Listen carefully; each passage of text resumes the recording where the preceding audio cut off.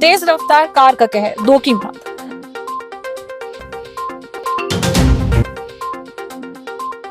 युवकों को निवस्त्र कर पीटने का वीडियो वायरल, पुलिस जांच में जुटी।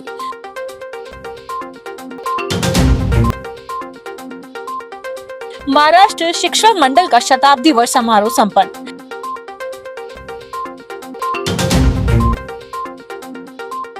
एकलव्य छात्रावास के प्रिंसिपल को हटाने की मांग, छात्रों का पैदल मार्च।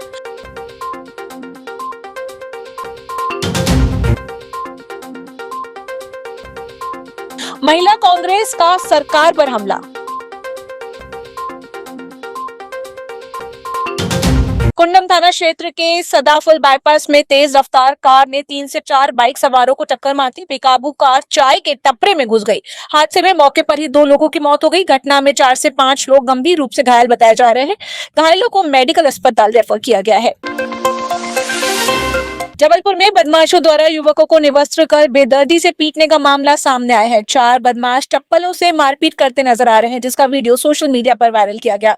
ये वीडियो आधारतल थाना क्षेत्र का बताया जा रहा है। मामले को गंभीरता से लेते हुए पुलिस वायरल वीडियो की जांच में जुट गई है। जबलपुर स्थित महाराष्ट्र शिक्षण मंडल के शताब्दी वर्ष के 3 दिवसीय समारोह का मुख्य कार्यक्रम मानस भवन में भव्य रूप से आयोजित हुआ। कार्यक्रम में महाराष्ट्र के मुख्यमंत्री देवेंद्र फडणवीस ने सहशिक्षा, मातृभाषा मराठी और आर्टिफिशियल इंटेलिजेंस को शिक्षा से जोड़ने पर जोर दिया। शिक्षा मंत्री राव उदय प्रताप सिंह और लोक निर्माण मंत्री राकेश सिंह ने मंडल की शत की उपलब्धियों को शिक्षा जगत के लिए प्रेरणा स्रोत बताया। इस अवसर पर जनप्रतिनिधि, शिक्षाविद, पूर्व छात्र, शिक्षकगण और बड़ी संख्या में प्रबुद्ध नागरिक उपस्थित रहे। 2 साल पहले जबलपुर में बसने वाले हमारे मराठी भाइयों ने इसकी शुरुआत की और आज जबलपुर की जानी मानी संस्थाओं में इसका शुमार होता है।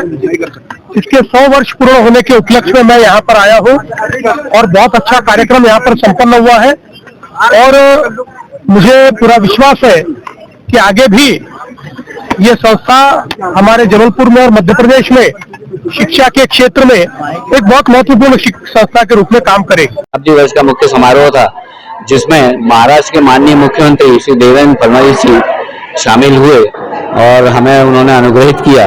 साथ में राज्य के लोक निर्माण मंत्री श्री राकेश सिंह जी, शिक्षा मंत्री श्री उदय प्रताप सिंह जी एवं अन्य विधायकगण सभी उपस्थित थे और उनकी उपस्थिति में यह भव्य कार्यक्रम उद्घाटन का हुआ। देवेंद्र जी ने बहुत अच्छी बातें हम लोगों को उनके संभाषण में बताई और उसका हम लोग पालन करने की भरपूर कोशिश करेंगे और यह 100 वर्ष की यात्रा जो है ये आगे भी इसी तरह 200, 300, 1000 साल तक चलती रहे महाराष्ट्र शिक्षण मंडल की, यही मैं कामना करता हूँ।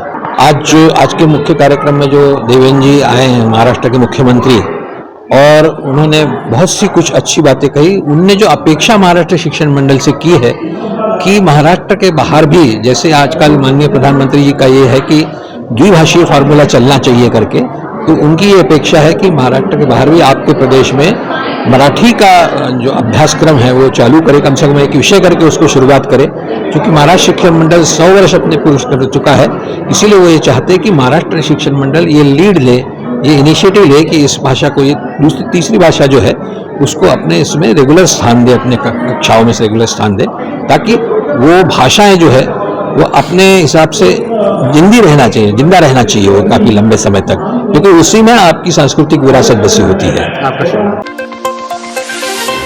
जबलपुर में एकलव्य छात्रावास के प्रिंसिपल अभिलाष रानी को हटाने की मांग को लेकर 450 से अधिक छात्र छात्राएं सड़कों पर उतर आए। छात्र पैदल मार्च करते हुए कलेक्टर से मिलने निकले। करीब 3 किलोमीटर बाद प्रशासन ने उन्हें रोका, लेकिन वो नहीं माने। छात्रों ने प्रिंसिपल पर गंभीर प्रताड़ना, जाति सूचक शब्दों के प्रयोग और परिजनों से अभद्रता के आरोप लगाए। कई बार शिकायत के बावजूद कार्रवाई न होने से नाराज छात्रों ने जमकर नारेबाजी की।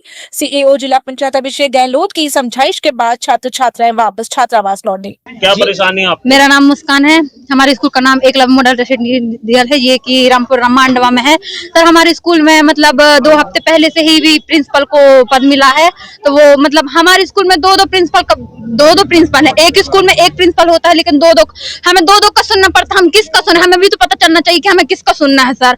हम पूरे स्कूल में हर बच्चों को, हर टीचर को सबसे प्रॉब्लम है, लेकिन कोई किसी को शेयर नहीं कर पा रहा है। जहाँ तक टीचरों पे भी पाबंदी लगाई गई कि ये मत करो, वो मत करो, टीचर बच्चों में भी हम लोगों को जेल जैसे, हम तो 12th क्लास में हम निकल जाएंगे, लेकिन आगे वाली पीढ़ी में सर क्या होगा? उन लोगों को तो जेल जैसे लगेगा ना यहाँ पे। जो हमको कई परेशान करती, कई बच्चों के पेरेंट्स जो रहते हैं ना, उसको बोलते हैं कि चप्पल जूते से माने ये, और बच्चों को बोलती है कि तुमको यहाँ ढंग से रहना, मतलब पूरे नियम कानून सब बता दिए हमको, हर एक चीज। प्रिंसिपल का व्यवहार अच्छा नहीं है, किसी भी पेरेंट्स के साथ मतलब उनका व्यवहार अच्छा नहीं होता।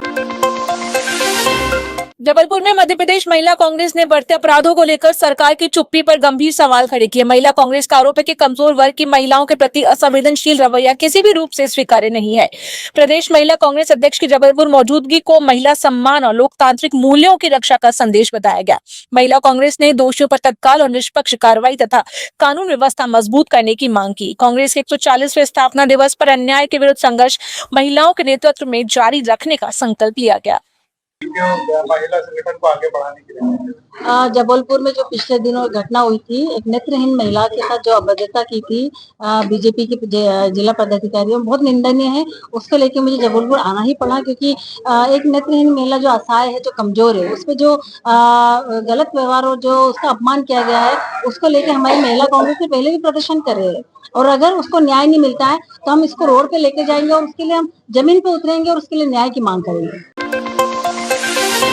मध्य प्रदेश में बिजली रेट बढ़ाने का मामला देश में पहला उदाहरण बन गया है। बिजली कंपनियों ने पूर्व में नियामक आयोग द्वारा खारिज 3,441 करोड़ के घाटे को वर्तमान घाटे में जोड़कर 6,044 करोड़ दर्शाया। नियामक आयोग द्वारा इस याचिका को विचारार्थ स्वीकार करने पर कानूनी सवाल खड़े हुए हैं। विशेषज्ञों ने इसे विधि संगत न बताते हुए उपभोक्ताओं के साथ अन्याय करार दिया। मामले को लेकर जन संगठनों ने घंटाघर पर प्रदर्शन कर आयोग के निर्णय पर आपत्ति जताई।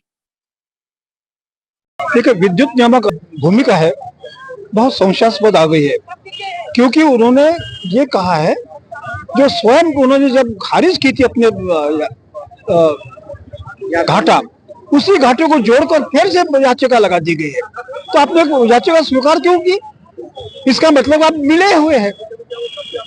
शैलेंद्र सक्सेना जी कहते हैं कि विद्युत नियामक आयोग ने बोला, इसलिए हमने घाटा बनाया। तो कौन सही है? आयोग सही है या सक्सेना जी सही है? इसी का हम लोग विरोध कर रहे हैं। विद्युत नियामक आयोग को स्पष्टीकरण देना चाहिए, और नहीं देता है तो उसका हम लगातार विरोध करते रहेंगे। देखिए, आज का जो ये प्रदर्शन है हमारा, ये हम लोग कहीं ना कहीं इस बिजली के जो दरों में वृद्धि करने का जो विद्युत नियामक आयोग ने प्रस्ताव किया है, लगभग 10.2%, उसमें कहीं ना कहीं विद्युत नियामक आयोग की जो भूमिका है वो हम उसको दोषी मानते हैं। क्योंकि देखने में यह आया है कि मध्य प्रदेश में वैसे ही विद्युत दर हमारे पूरे देश में अगर कंपेयर करें तो सबसे ज्यादा है। अब जब विद्युत उत्पादन में जो चीजें लगती हैं, जैसे कोयला मुख्य रूप से लगता है, उसमें सरकार ने छूट दे दी है जीएसटी में, तो कहीं ना कहीं उसमें 400 रुपए टन की कमी आई है। तो आपके विद्युत उत्पादन में जो भी आपका खर्च होता है उसमें कहीं ना कहीं कमी आई है। तो उसमें आपको उल्टा कि जनता को राहत देनी चाहिए, आपने घाटा बताकर उसमें जनता के ऊपर और भार लादने की कोशिश करिए।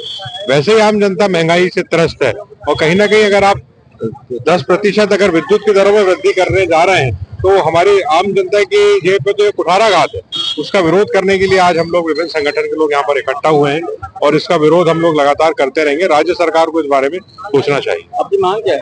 हमारी मांग है कि विद्युत दरों में बढ़ोतरी जो करने का प्रस्ताव है उसको वापस ले। वैसे ही हम लोग इतना ज्यादा विद्युत की दरें यहाँ पर दे रहे हैं, और इसको बढ़ाने का कोई औचित्य नहीं है। अगला कदम क्या होगा? अभी तो फिलहाल तो आंदोलन के माध्यम से जनता के बीच में हम इस मुद्दे को ले जा रहे हैं, और फिर आगे देखते हैं कि जैसे सरकार इस पर ध्यान नहीं देती है तो फिर इस आंदोलन को और बढ़ाया जाए।